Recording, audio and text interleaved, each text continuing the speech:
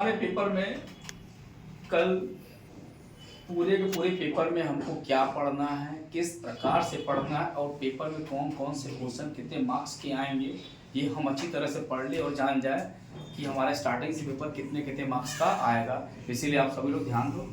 इसमें देखो हमारा हिंदी गद्य के विकास में, अब हिंदी गद्य के विकास में शुक्ल युग के जितने कवि हैं उनसे हमारा एक आएगा बहुविकल्पी प्रश्न के रूप में, ये 5 नंबर का आएगा।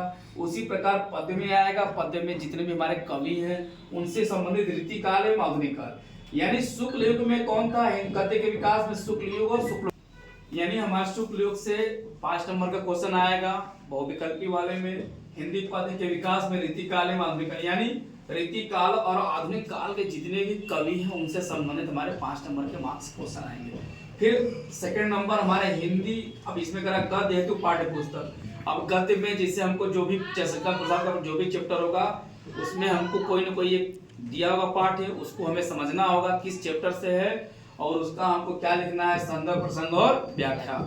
ये भी कितना आएगा, और ये काव्य हेतु ये 6 नंबर का आएगा। और आपका काव्य संकलन के पाठ से जितने कवि हैं उससे संबंधित पाठ्य पुस्तक में 6 नंबर क्वेश्चन आएगा। उसके बाद हमारा फिर आगे क्वेश्चन होगा संस्कृत अध्याय से, यानी जो हमारी संस्कृत दर्शक किताब है उस किताब से संबंधित हमारे 4 नंबर में आएंगे। जैसे वाराणसी समझ लीजिए, चाहे प्रबुद्ध ग्रामीण समझ लीजिए, सुभाषतानी समझ लीजिए या गीता वचनानी समझ लीजिए, इन चैप्टरों से एक आएगा अर्थ देखने के लिए। चैप्टर के 4-5 लाइन के क्या दिया रहेंगे, स्टोरी दिया रहेगा या सुक्ति दिया रहेगा, उसको देख करके हमको उसका अनुवाद, जैसे हम लोग कल पढ़े थे प्रबुद्ध ग्रामीण में, कल प्रबुद्ध ग्रामीण में हम लोग पढ़े थे कि उसमें हम लोग अनुवाद करना रहेगा। इसके बाद निर्धारित पाठों में लेखकों का जीवन परिचय, तब हमारा जो नेक्स्ट नंबर क्वेश्चन 5वां या चौथा होगा उसमें हमें जीवन परिचय लिखना है। जीवन परिचय में हमें क्या लिखना है, उसमें गद्य और पद्य के दोनों कवि आ सकते हैं, तो उसमें आप लोग को ज्यादा नहीं लिखना है, बस जितना पूछा जाएगा। जैसे हम लिखते हैं गद्य, गद्य में हमें क्या लिखना रहता है, पहले प्रस्तावना लिखेंगे, ठीक है। प्रस्तावना मतलब क्या है, जैसे मान लीजिए जयशंकर प्रसाद का आ गया या रामचंद्र शुक्ल का आ गया, तो लिखेंगे प्रस्तावना में क्या लिखेंगे, ये हिंदी साहित्य के महान कवि थे, इन्होंने गद्य के क्षेत्र में बहुत बड़ा योगदान, कितना योगदान दिया उसके विषय में लिखेंगे। इसके बाद भाषा शैली, उनकी भाषा कैसी थी, विचार कैसे थे। लेकिन जब हम पद्य की ओर आएंगे तो पद्य में हमको रचना लिखनी पड़ती है, हमको पद्य में साहित्य योगदान नहीं लिखना पड़ता। पद्य में हमको रचना, उनकी रचना, जैसे मान लीजिए हम सूरदास का पढ़ रहे हैं, कबीरदास का पढ़ो, कौन सुर सरावली, सुर सरंगिनी, ये एक रचना हो गई, तो सूरदास की ये रचना लिखेंगे। इतना याद रखना है कि गद्य में हम क्या लिखते हैं, जीवन परिचय लिखते हैं, पहले प्रस्तावना, फिर जीवन परिचय, फिर भाषा शैली, फिर साहित्य में योगदान, ये 3 हेडिंग। लेकिन जब हम पद्य में आएंगे तो पद्य में भी हमको लिखना है उनका, पहले प्रस्तावना लिख लिए, प्रस्तावना मतलब उनका परिचय, परिचय क्या है, कैसे हैं वो, ठीक है। उसके बाद जीवन परिचय लिखेंगे, कहाँ जन्मे, कहाँ पैदा हुए, मृत्यु कहाँ हुई। उसके बाद देखिए उनकी रचनाएं, उन्होंने कवि हैं तो कवि रचना ही न बनाएगा, या उपन्यास या छोटा मोटा नाटक, ये हम लिख देंगे। उसके बाद हम चलेंगे संस्कृत प्रचयिका की ओर, उसमें हमारा आएगा श्लोक याद करने के लिए 2 लाइन का, आप लोग 4 लाइन का श्लोक याद कर लीजिए, 2 नंबर का आएगा, या 2 लाइन भी अगर याद करें तो भी कोई ठीक नहीं है, दिक्कत है, 4 नंबर मैक्सिमम। और फिर संस्कृत से संबंधित 2 क्वेश्चन आएंगे, अति लघुत्तरीय, ठीक है, तो क्वेश्चन आएंगे। और फिर काव्य सौंदर्य, काव्य सौंदर्य का मतलब है जिसमें हम रस, अलंकार और छंद की बात करते हैं। रस में क्या है, हमारे रस हो गए हास्य रस, करुण रस, अस्थायी भाव, ठीक है। 2 रस 100% हमको पढ़ना है, एक काव्य, एक अस्थायी रस पढ़ना है, एक करुण रस और एक हास्य रस। अलंकार में हमको हमारे चैप्टर में 3 अलंकार दिया हुआ, अनुप्रास अलंकार, सॉरी अलंकार 2 प्रकार का, शब्दालंकार, अर्थालंकार, शब्दालंकार 3 प्रकार का अलंकार, अनुप्रास, यमक और श्लेष अलंकार हो गया। अर्थालंकार पर जाएंगे, अर्थालंकार में हमको 2 पढ़ना है, अनुप्रास का उपमा अलंकार, रूपक अलंकार और प्रेक्षा अलंकार, ये अलंकार संबंधित हो गया। छंद की ओर पढ़ते हैं, छंद में हमारे पास 2 होता है, छंद कैसा, सममात्रिक होता है, इसके 2 टाइप होते हैं, एक दोहा और एक सोरठा। दोहा में क्या होता है, 24-24 मात्राएं होती हैं, इसके पहले तीसरे में 11, दूसरे और चौथे में पहले और तीसरे में 13 मात्राएं, दूसरे और चौथे में 11 मात्राएं। उसी का उल्टा सोरठा होता है, सोरठा के पहले और तीसरे में 13 मात्राएं, दूसरे और चौथे में 11 मात्राएं। अगर हम दोहा जानते हैं तो दोहा का जस्ट अपोजिट क्या होता है, सोरठा होता है। उसके बाद हम आ जाते हैं हिंदी व्याकरण की ओर। हिंदी व्याकरण क्या आएगा, उपसर्ग में आएगा। देखिए उपसर्ग में एकदम 100% फिक्स है, उपसर्ग का मतलब क्या होता है, जो शब्द के पहले लगते हैं। शब्द के पहले में हमने वर्ड लिखा हुआ है अ, अन, अधि, अप, अनु, अप, स, निर, अभि, परि और सु, यानी ये पढ़ना है। उसके बाद प्रत्यय मतलब क्या होता है, जो शब्द के बाद लगते हैं। जैसे हम एक देखते हैं यहाँ पे लिखा अधि, अधि का मतलब अधिकार, अधिनियम, अधिवक्ता, दो लिखना है, आप आराम से लिख लो। अपकार लिखा है, अ से अपमान हो गया, ठीक है, अपराजिता हो गई, अपकार हो गया, अनु से उपकार हो गया, उप प्रमुख हो गया, उपचार हो गया। उसी प्रकार से प्रत्यय है, प्रत्यय शब्द के बाद में से आई है, आय मतलब पढ़ाई, लिखाई, खिलाई, कुदाई, जमाई। उसके बाद क्या है, महत्व, तो लिखा है तो महत्व हो गया, महोत्सव हो गया, पठित्व हो गया।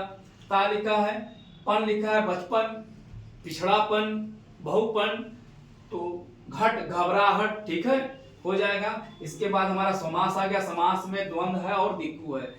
दिग्गु वाले में क्या करते हैं, इसमें कोई न कोई संख्या दी रहती है, इसमें कोई संख्या, चौथा, पांचवा, छठवां, या जैसे हम कहते हैं पीताम्बर, या ये दशानन, 10 है जो आना जिसका था रावण है, ये हो गया। उसके बाद तत्सम में हम पढ़ेंगे, तत्सम में क्या है, जैसे हम पढ़ते हैं आग, आग हो गया, पत्थर का पाहन हो गया, तो इसमें क्या होता है, उसका मिलता जुलता वर्ड। जैसे हम हिंदी पढ़ते हैं, हिंदी से मिलकर हमारा संस्कृत से हिंदी बना, तो संस्कृत और हिंदी में होता है देशज और विदेशज, देशज और विदेशज, यानी ये हम पढ़ते हैं। जैसे एक आ जाता है देशज और विदेशज, इससे रिलेटेड आ जाएगा, तो ये हमारे तत्सम में आ जाएगा। अब पर्यायवाची में आप लोग जान लीजिए, आंख आ जाएगा, नयन का आ जाएगा, नेत्र का आ जाएगा, विलोचन का आ जाएगा, ठीक है, पर्यायवाची में हो गया।